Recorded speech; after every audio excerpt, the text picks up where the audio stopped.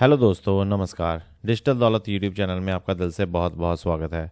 दोस्तों, अगर चैनल को पहली बार विजिट कर रहा है तो चैनल को सब्सक्राइब कर लीजिएगा और साथ ही साथ बेल आइकन को हिट कर लीजिएगा ताकि आपको हर इंपॉर्टेंट नोटिफिकेशन, हर important video crypto currency, blockchain, web 3 और साथ ही स्टॉक मार्केट पर मिलती रहे और आप कुछ भी मिस ना कर दें। दोस्तों, आज हम बात करने वाले हैं भाई बहुत ही लॉन्ग स्टैंडिंग इशू के बारे में। काफ़ी देर से ये इशू चल रहा है और क्या है भाई, कुछ भी समझ नहीं आ रहा क्या हो रहा है क्या नहीं हो रहा।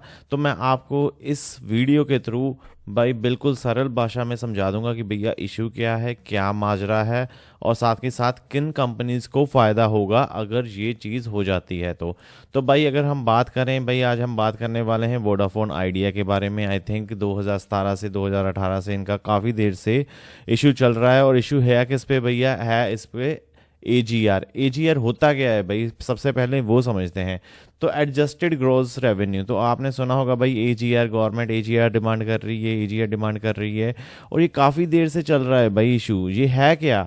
तो भाई ऐसा है, एजीआर होता क्या है भाई, जो एजीआर है it's sort of fee sharing mechanism. अब फी शेयरिंग मैकेनिज्म क्या है भाई? तो देखिए भाई, अगर फी शेयरिंग मैकेनिज्म के बारे में सरल भाषा में समझाऊं तो 1999 में गवर्नमेंट टेलीकॉम इंडस्ट्री के सेक्टर के बारे में क्या करा था, एक नया रूल, एक नया रेवेन्यू शेयरिंग मॉडल लेकर आई थी। जैसे कि आप यहाँ पे देख सकते हो रेवेन्यू शेयरिंग मॉडल।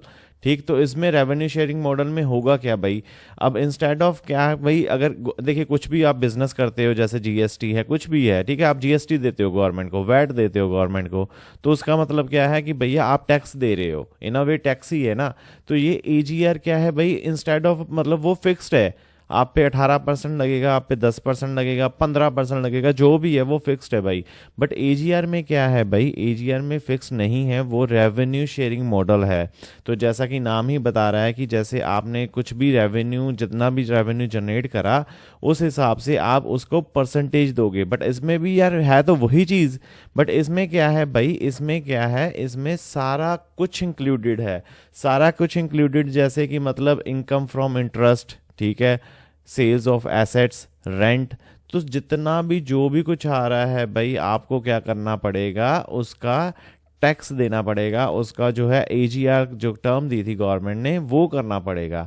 अब यही यहाँ से सारा डिस्प्यूट शुरू होता है भाई।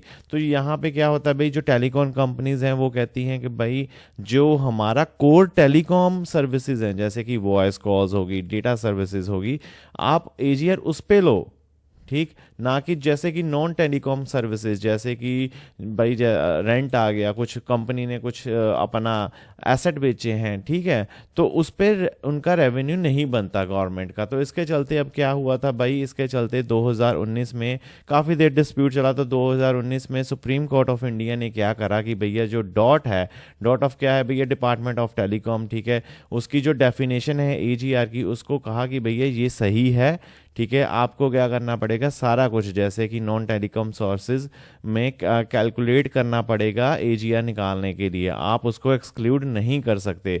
तो इसके चलते अब क्या है भैया, अब जो सब्सिक्वेंटिंग, जैसे कि अब भारती एयरटेल गई थी, वोडाफोन आइडिया गई थी रीअसेसमेंट के लिए, बट क्या हुआ कि कुछ भी रिजल्ट नहीं निकला। उन्होंने यही कहा है भाई आपको क्या करना पड़ेगा, सारा कुछ शेयर करना पड़ेगा एजीआर के अंडर में ही। अब हुआ क्या है, आज क्या हुआ है भाई, आज ये हुआ है कि जो रीसेंट केस अभी चल रहा है वोडाफोन आइडिया पे, उसमें 9% की जंप देखने को मिली है वोडाफोन आइडिया के शेयर में।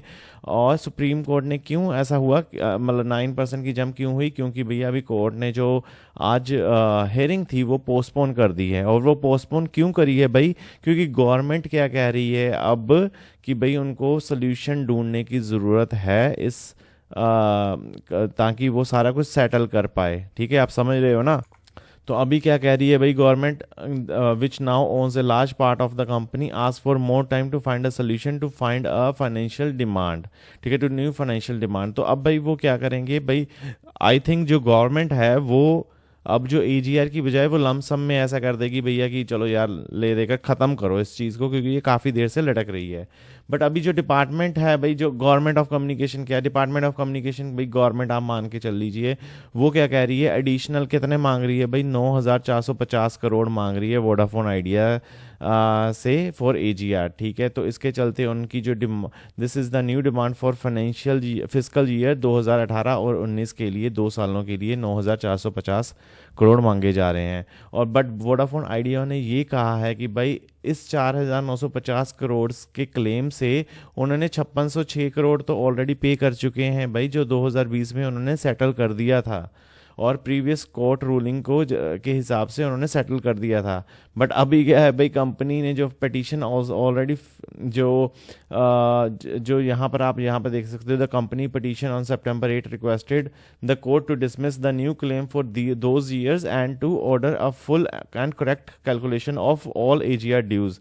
तो इसके चलते भाई आप ये देख लीजिए कि कल इन्होंने यही कहा है, 8 सितंबर को कंपनी ने पिटीशन फाइल करी थी कोर्ट में और उनको यही कहा था कि भैया हमें एक कैलकुलेशन बता दो, हम सारा AGR ड्यूज़ जो है जितना भी है हमने पे करना है, क्योंकि उन्होंने यही कहा है भाई कि 5600 तो ऑलरेडी पे कर चुके हैं। बट अब डॉट का क्या कहना है भाई, उन्होंने ये कहा है कि claims that updated licence fees and spectrum charges for those years were not included in the earlier court order. तो भाई अब जो 5600 दिया था, जो इन्होंने 9,450 करोड़ की जो डॉट ने कहा है भाई, वो ये कह रहे हैं कि भाई जो 9,450 करोड़ में से हमने पहले कुछ जो स्पेक्ट्रम फीस थी और लाइसेंस फीस थी वो इंक्लूड ही नहीं करी थी, तो हम इंक्लूड करके वो बता रहे हैं। पहले जो आपने दिया था वो 5606 करोड़ वो पुराना AGR था, बट उसमें ये मिसिंग था। तो इसके चलते अब सारा माजरा उलट पुलट हो रखा है भाई, काफ़ी जो है डिस्प्यूट चल रहा है। अब जो टोटल अमाउंट है भाई वो 9,450 करोड़ की, वो कैसे कैसे है भाई, वो 2774 करोड़ है जो आफ्टर जो मर्ज हो गई थी वोडाफोन आइडिया ग्रुप बन गया था, और 6,675 करोड़ है भैया जब वो पहले वोडाफोन ही था। तो इसके चलते ये बिफोर मर्जर की रकम है, ये आफ्टर मर्जर की रकम है, तो जो कि DOT मांग रहा है वोडाफोन आइडिया से। अब भाई अगर हम बात करें लिस्ट ऑफ रिकमेंडेशन कंपनीज की, देखिए भाई अगर ऐसा होता है, देखिए आपको पता है काफ़ी शेयर जो है पिट चुका है, ठीक। तो आपको भी पता है यार कंपनी के हालात बहुत बुरे हैं। और अगर मैं बात करूं, अगर मैं आपको दिखाऊं शेयर चार्ट इसका, तो आप देखोगे भाई कि काफ़ी ज़्यादा जो है शेयर गिर चुका है ऑलरेडी। और मैं आपको क्लियर करना चाहूँ भाई कि रिकमेंडेशन नहीं है, ये सिर्फ स्टडी पर्पज़ के लिए, आपको स्टडी करना चाहिए खुद पे भी। तो ये देखिए भाई वोडाफोन आइडिया अभी कैसे है कि 6.5% भाग चुका है, 8 रुपये 36 पैसे पे है। 52 वीक्स हाई लो देखोगे भैया तो 11, 19 और 6 रुपये पे लगा कर आया है, काफ़ी नीचे जा चुका है ऑलरेडी शेयर। और यहाँ पर देखोगे भाई सारा कुछ जो है वो ख़राब ही ख़राब है, नेगेटिव ही नेगेटिव है, सब तरफ लॉस ही लॉस है। आप देखो भैया CGAR जो है वो तो बिल्कुल ही कबाड़ा हो चुका है। तो मतलब कहने का यही है भाई कि जो शेयर होल्डिंग्स भी हैं, जो प्रमोटर है, अभी गवर्नमेंट जो है काफ़ी स्टेक लेकर बैठी हुई है, 49% जो है स्टेक लिया हुआ है। अभी जून 2025 का ये रीसेंट डेटा है, इनसे अभी ख़रीद लिया है इन्होंने, इनके पास आ चुका है। FIIs भी बेच के चले गए हैं, क्योंकि आपको पता है भाई FIIs ने काफ़ी माल जो है अपना बेचा है। बट कहने की बात यही है भाई कि अगर ये कल को कंपनी बंद होती है तो किन कंपनीज को फ़ायदा होगा, तो भैया भारतीय एयरटेल, क्योंकि वोडाफोन आइडिया के जितने भी कस्टमर्स हैं वो या तो भारतीय एयरटेल में चले जाएंगे या फिर चले जाएंगे रिलायंस इंडस्ट्रीज़ में, जियो में। तो यही 2 कॉम्पिटिटर्स हैं भाई, डोमिनेंट प्लेयर्स हैं, जिनको आप चाहो तो स्टडी कर सकते हो और भी। बट हाँ, अगर कल को कुछ भी होता है, कल को अगर वोडाफोन आइडिया ख़त्म करने की सोचता है इंडिया से, तो ये 2 कंपनीज़ को भरपूर फ़ायदा होगा इस चीज़ का। तो अगर कोई क्वेश्चन है भाई तो क्वेश्चन आप कमेंट करके पूछ सकते हो।